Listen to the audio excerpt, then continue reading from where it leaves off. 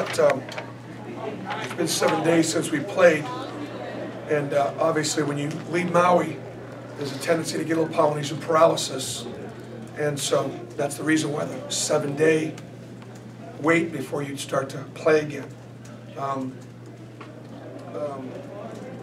Obviously St. Peter's has got a new coach, Ian Holloway. He's going to do a really good job, but you know, obviously they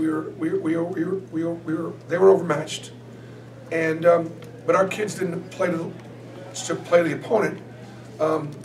We try to focus on ourselves, and so first off, defensively, to hold them to 29% or 27%, to turn them over 26 times.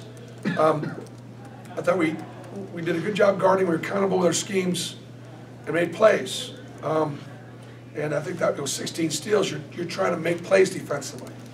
So that was really positive. I thought we executed offensively fairly well with 25 assists. It was a little sloppy at times, but you know, I think overall it was a good workout for us. Javon McCormick tweaked his ankle in the second half, and that's why I had Samir Dowdy at point guard for part of the second half.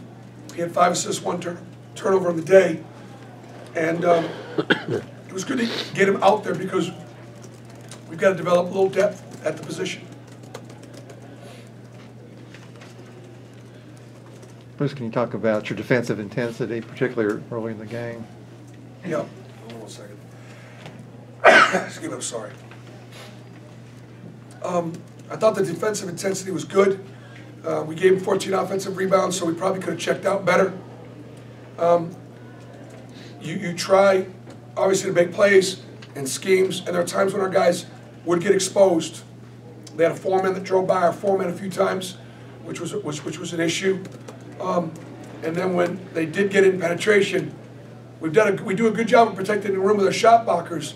But when they leave the big, our guards have got to, we call it rebound down, and we had mixed results on that. So there are definitely some things that we got to work to improve. The intensity of the defense was good. Do you want Austin taking those outside shots? I mean, obviously Horace has done that a few times this year too. Is that something you're trying to... I would prefer them not to have their foot in the line. Yeah. I mean, I got no problem with a shot. Shoot a 3. Don't shoot a 17, 18-footer. So, yeah, I think there are times, if they're open, when they should shoot it. Austin made a couple jump shots. They're in the gym all the time. He can make a jump shot, so I think it's good for him to shoot it. Makes people have to guard a little bit on the perimeter. Malik had double digits again, second straight game off the bench. Just what has he brought to you guys' offenses like? I think he looks really comfortable offensively. Malik's a really good shooter. Got a beautiful ball, and just every time he shoots it, you think it's going in. Great ball flight. You got to guard him out there, which opens the lane up. You look at his percentages, and then last year's assist turnover ratio wasn't very good for a guard. It actually wasn't very good, and it's much better this year. I don't think he's forcing the issue at all. He's improved defensively. He's a leader in the locker room, and so it was very positive to see him put up good numbers. Starters did a great job. I mean, Chuma was plus 46 in 22 minutes. We won by 50, and he was plus 46 when he was on the floor. 22 minutes. Samir was next at 45. Bryce was next at 40. Anthony and Jared at 38. So I thought the starters played very well. How easy is it to execute the offense when Anthony is even scoring? Well, it gives you a different dimension. Anthony, Malik in particular, spent a great deal of time getting shots this week, and it really paid off. When you're in Hawaii, you get practice time, but you really don't get time on the floor to get shots.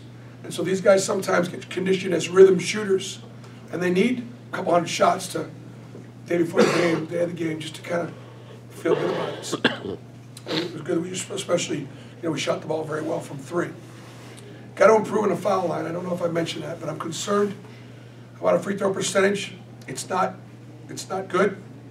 It'll cost us in close games, and we're working really hard to improve it. Every man's got to be accountable. Did you have fun watching the walk-ons play in there about 4 minutes? I thought, we got the last 4 minutes. I thought they held their own. It was good to see Chase, take command a little bit, make some shots. I thought they played good defensively. I'm not sure what their plus minus was. Actually, I do think it was -1 or 2.